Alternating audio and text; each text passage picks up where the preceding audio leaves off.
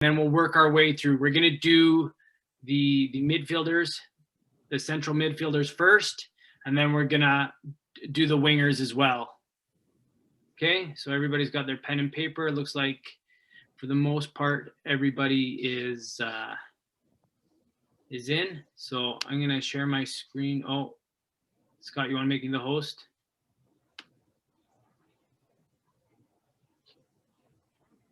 And then I can share my screen. There we go. Perfect. Okay, and then I'll be the host. Okay, no problem, Malcolm.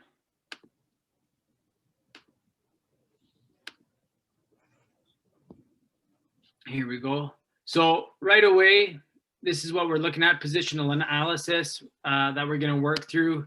The first little bit here, what to look for. Okay, so as we look at the tactic board here, all the positions are numbered. You guys are going to learn about this a lot as you go into your soccer career or your soccer development, that most of the positions are actually named through numbers. Okay, we just did the strikers and attacker, which is the number 9. Right now, we're going to work across that 4 in the midfield, the 8 and the 10 as being the central midfielders, and the 11 and the 7 as being the wingers. Okay, so the players that did this with the strikers, there's going to be just a little refresher. What we want to look for is remembering when we're analyzing your own performance, you must always ask yourself, what did you provide the team with? What impact did you have on the game? Okay, and what were you asked to do in that position? So we said as a striker, or even now as a midfield player, you could have the most step overs, nutmegs, you dribbled 3 players, but what did you give the team? Okay, what impact did you have on the game? Okay, although you feel like you had a great game, you embarrassed a couple players, you did some crazy tricks, what impact did you have on the game? How did you help your team win? Okay, and then the last thing here at the bottom, which some of you have learned about, some of you maybe are hearing this for the first time, is going to be your key performance indicators. So this is going to be very important. We're going to talk about it a lot more as we move forward now in the season. Key performance indicators are certain traits in your game that you'll now be able to judge yourself, analyze yourself, see if you've met that goal throughout a game. Now, if we're looking at the central midfield area, the 2 players here, I want you guys to write down 2 key performance indicators that you think are specific for that position. Okay? When we talked about the strikers, our key performance indicators that we talked about were shots on target, making deep runs. Okay, those are all key performance indicators that are very important for the impact of the game. So right now on a piece of paper, I want you guys to write down 2 key performance indicators for these 2 positions, the 8 and the 10, the central attacking midfielders. Okay, that's what we're going to look at first as we go. And then I will get into the slideshow here. Okay, sorry.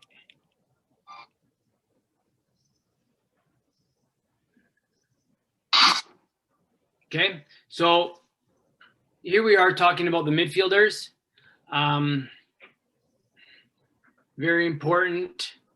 We're using the central midfielders first, and then, oh, there you go. I'll get you guys back. And then we're going to work into the wingers. Okay, so hopefully you guys have your 2 key performance indicators down, and then we can work through it a little bit. Okay, I'll give you guys a bit of time as we get going. Okay, so central midfielders and attacking midfielders. So positioning in this part of the field is key. You must constantly be scanning the field to find small pockets of space that you can operate in, often between lines and off the shoulder of other midfielders. This is a bit more of a free role that it allows players to thrive on their creativity. Okay, what that means is finding pockets between lines. That means between the midfield and the defenders, can we find that pocket of space to operate in? Okay, can we work off the shoulder of the opposing midfielders? So they have to always try and find us. Where are we, right? We're constantly moving, we're constantly scanning, looking for that space where we can receive a pass. And in that, we have enough time to turn and attack, okay? Or take somebody on, dribble, make something happen, okay? So not always showing short to the ball, but just finding those little pockets so it's hard for a defender to mark you, and it's difficult for a midfielder to try and mark you as well.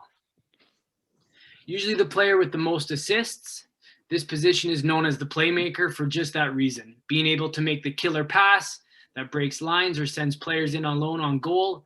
Dribbling with the ball tight to your body is a must while trying to break through tight spaces, as well as playing off the striker. Okay, so like we talked about with the strikers, at the end of the day, you're almost being judged on how many goals you score, your goal action. This part of the field, the attacking midfielders, you're the player that's the final link to the strikers. You're the player that's going to send that striker in on goal, or that winger in on goal with your pass, that breaking the lines.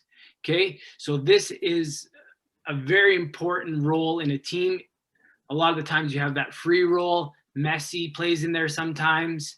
You have some brilliant players. We have Toni Kroos likes to play in there. Thiago likes to play in there. Kevin De Bruyne. If you watched any of Kevin De Bruyne's clips, we showed some in the last presentation, his passing that enables players to be in a scoring position when they receive the ball is unbelievable.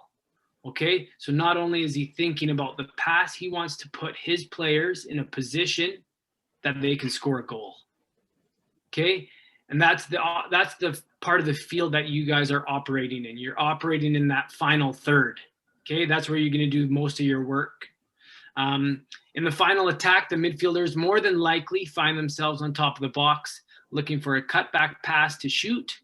The ability to shoot from distance and still be accurate will increase your chances of playing in this spot. Okay, so what that means, a player like Toni Kroos does this unbelievable. When the attack reaches the final third and there's a ball for a cutback or a cross, he's at the top of the box waiting for that ball to either be cut back to him or to be bounced out on a clearance, and he has the quality to finish or to shoot. Okay, so that's one of the key qualities of this position as well, is scoring goals.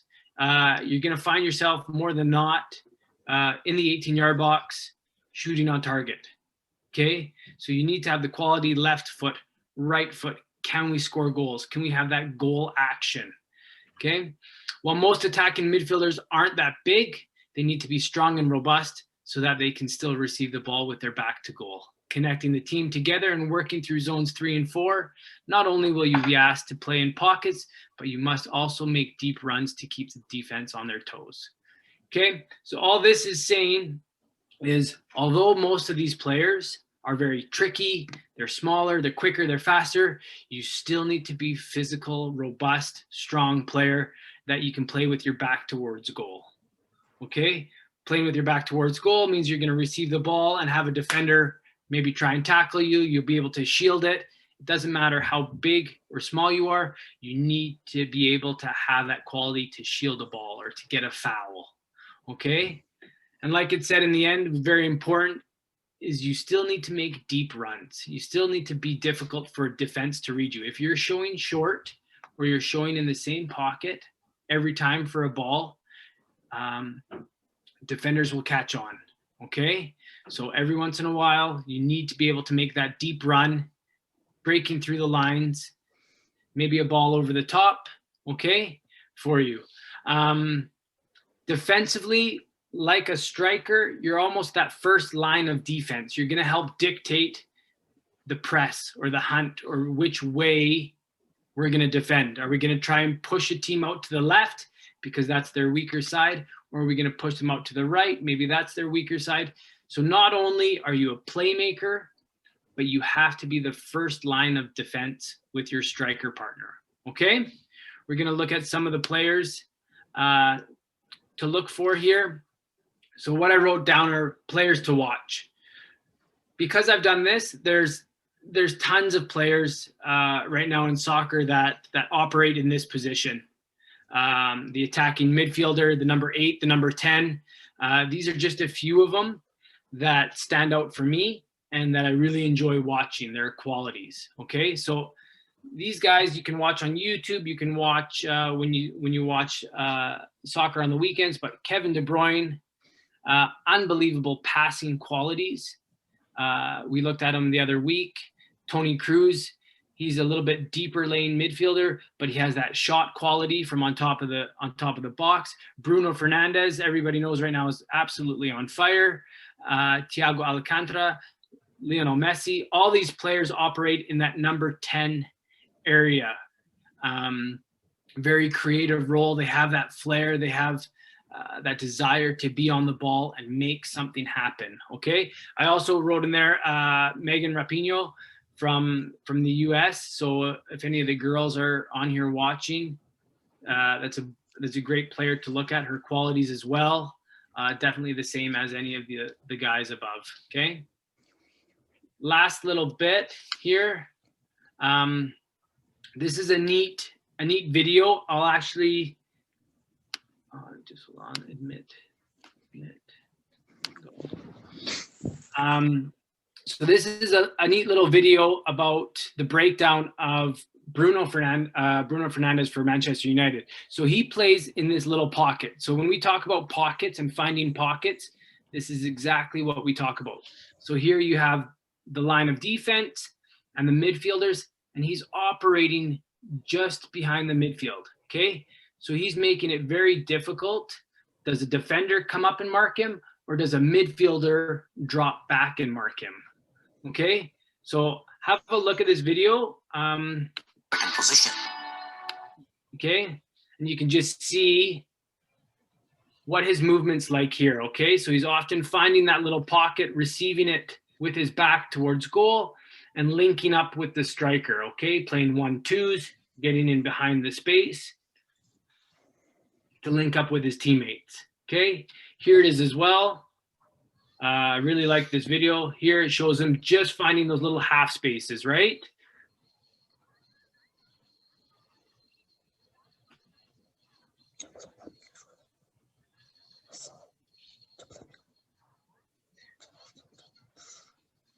Here we go again, where he's operating. He's making himself available in those half spaces, right? He's over the shoulder of the midfielders. That's making it very hard for him to be marked, okay? And here he's created enough time for himself that he'll be able to then turn and link up with a winger, okay? There he is. He's actually helped his team break 3 lines in that pass.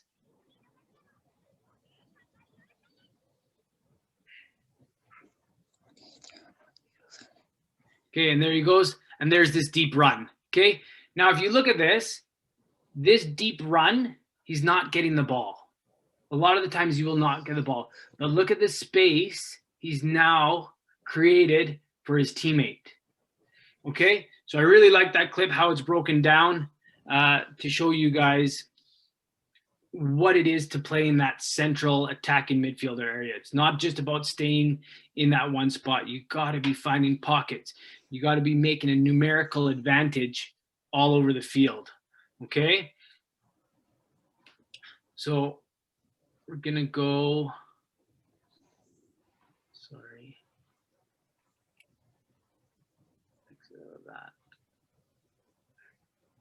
Okay, so the KPIs that we talked about for the midfielders, I want you guys, did any of you guys get some of the same KPIs that we talked about?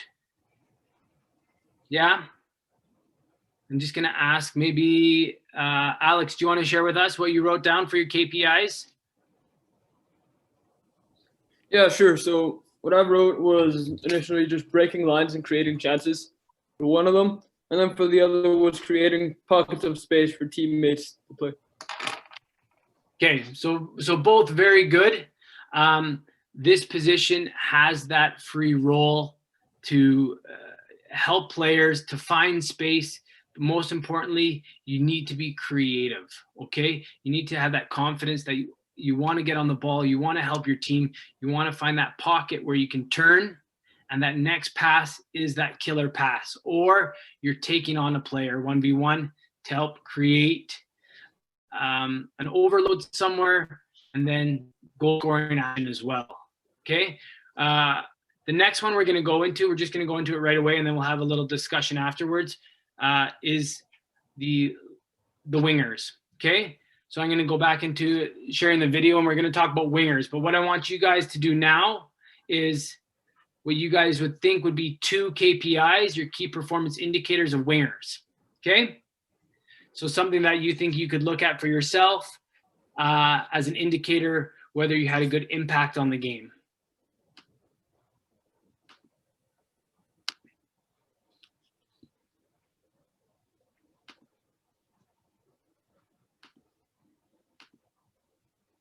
Okay, so now what we're talking about, wingers, outside attacking midfielders.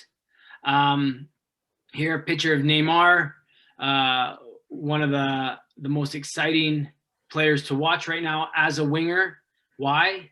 Because the ability to get by players at speed, using 1v1 dribbling or deep runs behind the back line. This position is about speed and stamina. Some of the most electrifying players have joined this position because they have flair that enables them to get into great scoring positions.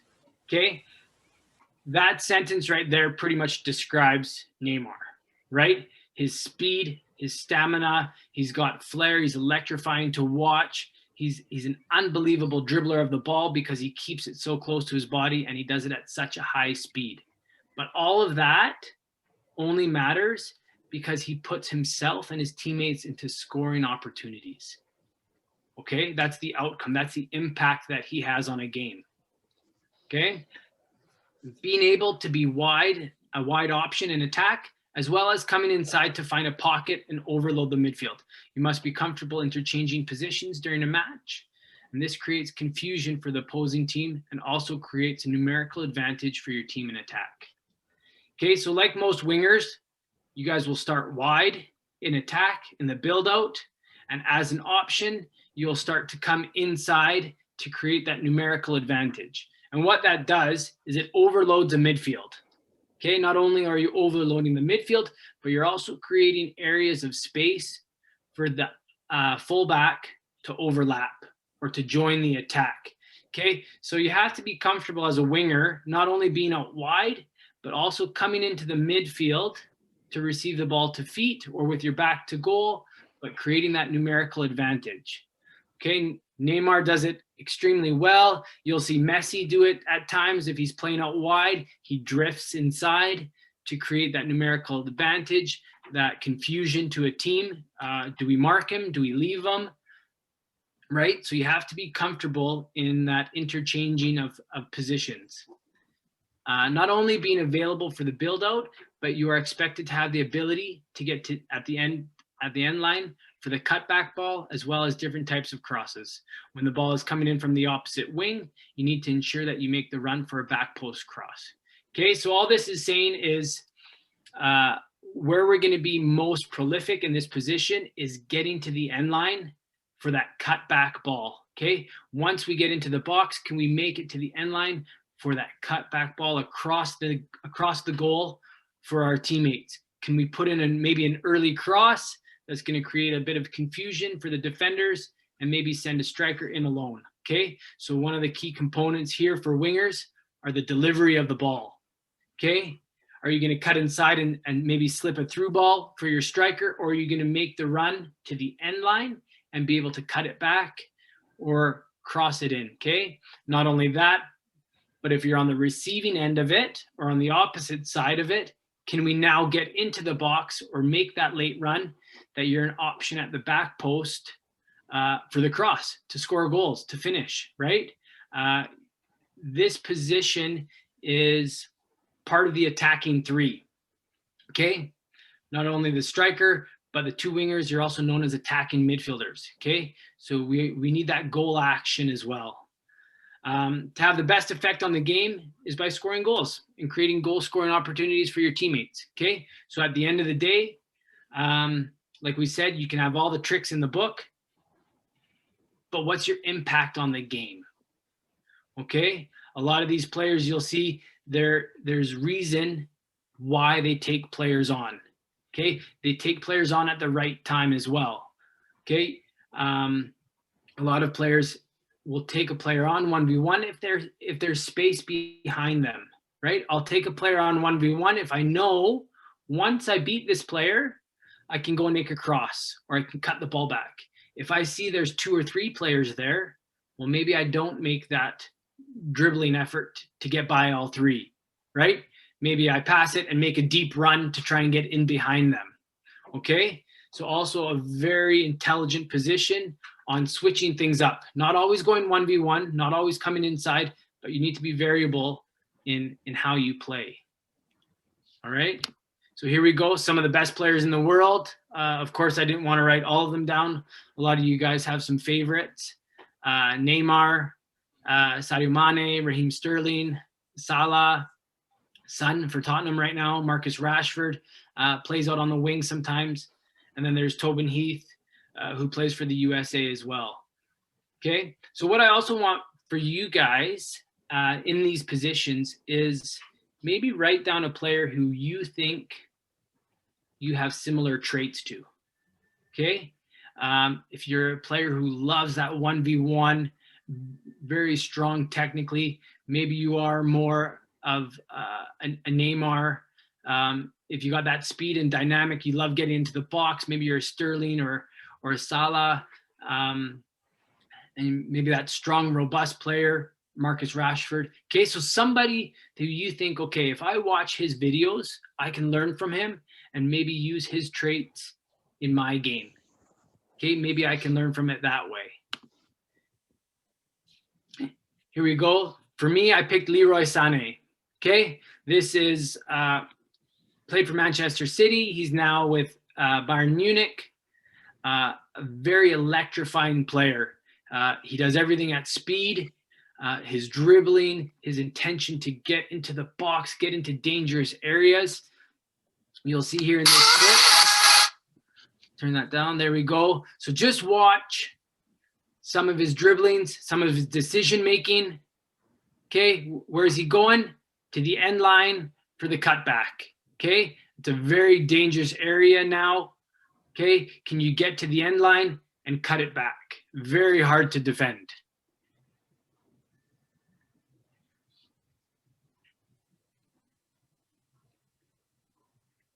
Here he is on the opposite wing, cutting in and having a shot. Okay, so as you can see, he's comfortable on the left wing, on the right wing, and also coming inside. Here, receiving the ball out wide and driving past the defense.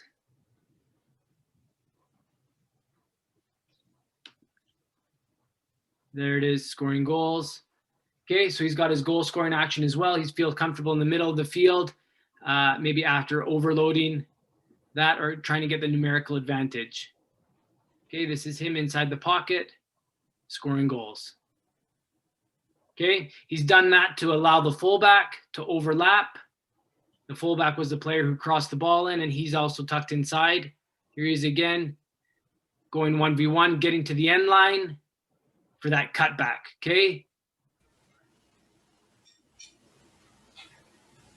Okay, that's so dangerous right now. It's very hard to defend, to get to the end line for the cutback cross, okay?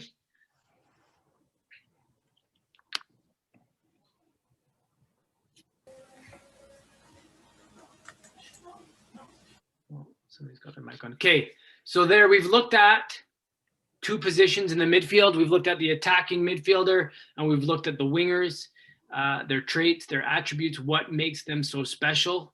Okay, I want to talk to you guys about what you guys wrote down as your key performance indicators as a winger or as an outside attacker.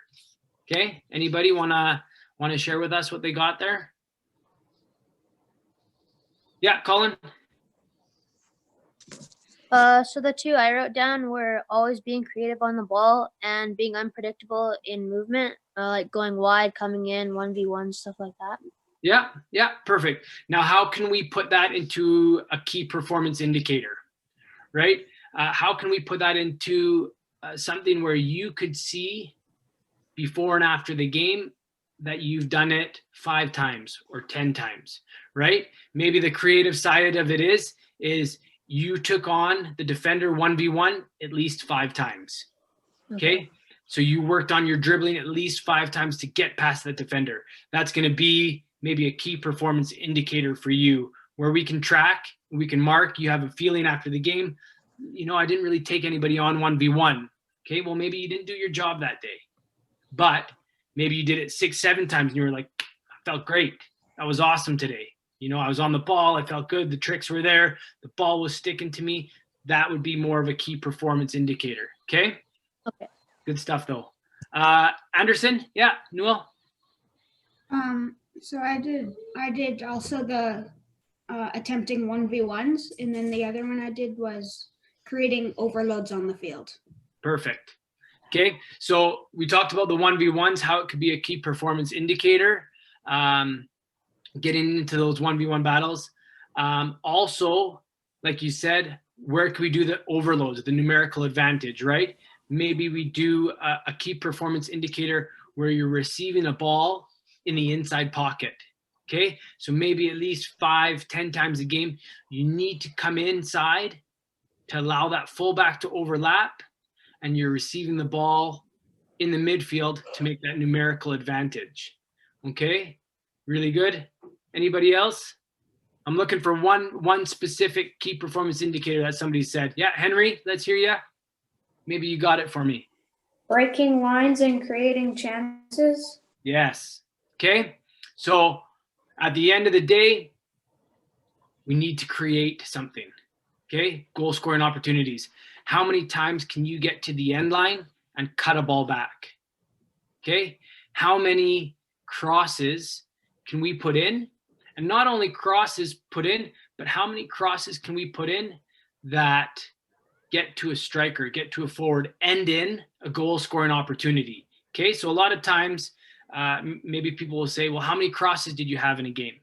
Oh, you had 10? Awesome, that's super. Is it? Depending on how many came to a goal scoring opportunity, right? If I have 10 crosses in a game and 10 crosses don't make it to my teammate, I haven't done a very good job. But if I have 3 crosses and 2 of them ended up being goals, that's a great job, right? You're now creating goal scoring action, right? You need to get an area where the percentage is the best to score goals, and that's that cutback zone. Okay, that's why right now it's so hard to defend the cutback areas, when you can drive to the end line and cut it back. Okay. So what I did with the players at the end, I just want you guys to realize that YouTube is great. I know you guys spend a lot of time on YouTube or with your PlayStation, but start looking at players that play in the same position as you. Okay. Start looking at traits that you think you have, your strong traits, and you can emulate from a professional, right? That's how you're going to learn. That's how you're going to watch and see the game. Okay. When you watch a game on Saturday or Sunday mornings, now we're starting to look at positions. Okay. Oh, Kevin De Bruyne, he plays in the same position as I do. Let's see how he receives a ball. Let's see how he makes space for himself, shoulder checks, scans the area so he knows even before he gets the ball what he's going to do with it. Okay. As we start analyzing our own performance, we need to look at the people who do it the best. Okay. And then we can slowly break it down from there. Okay. Scott and Ash have put together an unbelievable presentation about key performance indicators that we'll share with you guys in the following week. Stuff to look at while you're with the ball, what you're doing without the ball, in transition, what's important in that role for you as a midfielder. Okay. Anybody got any more questions before we let you go this morning? Any questions about the positions, what you might be looking for, what you're missing out on? Anything about the key performance indicators? No, all pretty good, pretty clear. Everybody has a good understanding of what the key performance indicators are and what we're looking for. Okay, awesome. You guys are brilliant. Well done. Have a great day. Have a great weekend. And for Thanks, you Nick. guys going back to school on Monday, enjoy it. I'm sure you guys are happy to see your friends again. Okay? Take care, guys. Bye.